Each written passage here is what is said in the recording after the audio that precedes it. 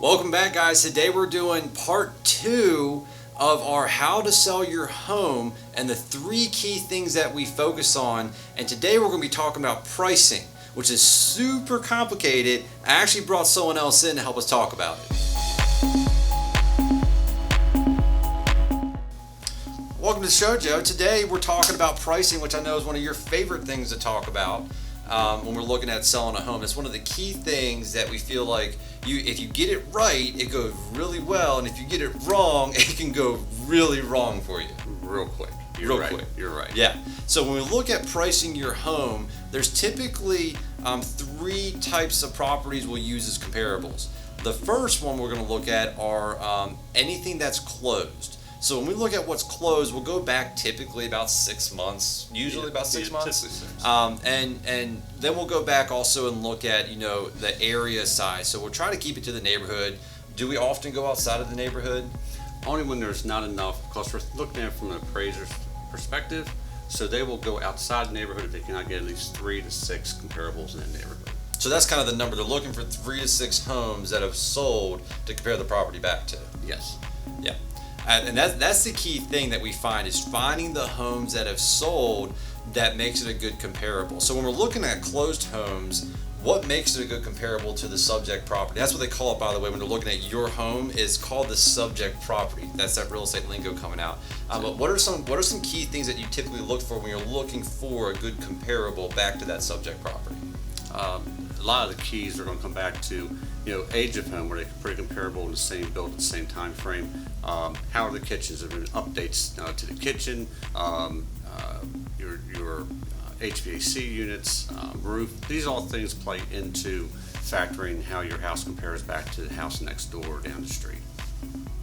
All those are key things. So, and that's the beauty of real estate, right? Is that it's so hyper local. It's kind of tricky if you don't know the areas really well. So if you don't have really some experience in that market or have the data that we have access to, it can be kind of hard to price a home. Really, I mean, if you don't have like the MLS to go back into, the multiple listing service, it can be kind of hard to actually price a home correctly. It really is, because the MLS provides us not only with data from that particular home, but also photos inside the home to kind of compare back.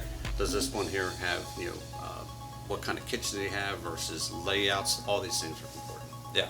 So we look at closed properties first, right? That gives us a good overall feel for what the house might sell for. But you have to remember the thing about closed properties is they're past closed properties. They are not predictors of the future market. So the next category we look at are what we call pendings. And what a pending is simply when a home goes under contract or a buyer makes an offer to a seller and they agree to sell the home for the terms inside of the contract. We call that a pending home, meaning that is pending a sale or pending to be closed at some point in the future. So when we look at pendings, what are we typically looking for with pendings? Pending, again, we're looking at where the location is, how long they stayed on the market, and again, comparing back the house to the home that were the subject property. Yeah. So again, it's just another layer for us to dig into to really get a good feel is, are the homes selling pretty quickly for this price? The features of the home. So if there's one that's really similar to yours that we see might be a little bit more priced than a closed one we can factor that in. Gives us that overall view of the homes. So the thing with pendings and closed, though, is like we just said, they are not good predictors of the future, right? Exactly. So they're really only showing us the past market. They don't really show us the future market. And this is where it gets tricky, especially when your market starts to shift down a little bit or you see a slowdown, right?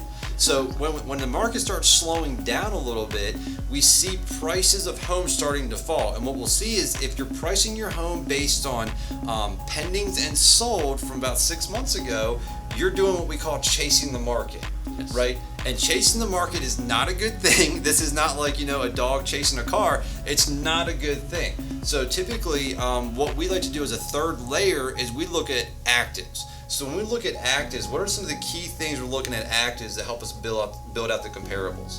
One of the key factors is days on the market. How long it's been on the market since it's hit the market. If we see typically 14 days or longer, that's indication the market has slowed, buyer pool has shrunk, or it's priced higher than what the market's willing to pay. So when you're talking to a seller and you're looking at all three of these, the closed, the pending, and then the actives, is there one that you give more weight to than the others? Well, I factor all, but also I think the active we put a lot of weight on because that's kind of indicator of the market now, today, where we're at. Doesn't matter what happened 6 months ago, 3 weeks ago. If the market is tweaked just a little bit, we need to be ahead of that to capture that buyer pool. Yeah, and that's the thing, guys, is being ahead of the market. Now, we all know that you can't really predict the market. If I were to sit with you right now and tell you to stop my finger whenever it's about to go down, and you say stop, you're usually going to stop me after I've already passed the peak. So trying to predict the top or the bottom of a market is pretty much impossible. As the past several recessions or the Great Depression showed us, there's not really a great consistent indicator. There are signs usually, but not a consistent indicator that we can always point our finger at and say that's definitely going to make the market go up or down. And real estate's so hyper local, and we're seeing this especially in Raleigh right now, where certain pockets of Raleigh, they're still selling like gangbusters, and there's certain parts of Raleigh where you put a house in the market right now, and guess what, guys? Condition actually matters of your home to the home buyers. It's not just is your home priced well anymore, although the price is the first thing, right? Because how do buyers set their searches up? They go with the price point of usually the 250, 300, whatever it may be. They search it with the price they're going to spend. Yeah.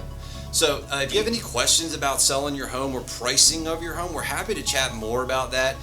We typically sell right now, our average list price to sale price is actually at 101.3%. So we're actually selling homes for more than we list them for. And that's because we're, again, going through these three key categories of what we do to sell homes. So right now we're selling homes at a higher price point, and we also sell homes a lot quicker. So the average days on market in Raleigh is about 18 days on market, and our team average is at 11 days on market. So we're actually selling homes not only for more money, we're selling them for faster as well. And one of the things that we've gotten really good at, thanks to the dinosaurs on the team like this guy, is we're really good at doing market analysis, and we're really good at pricing a home.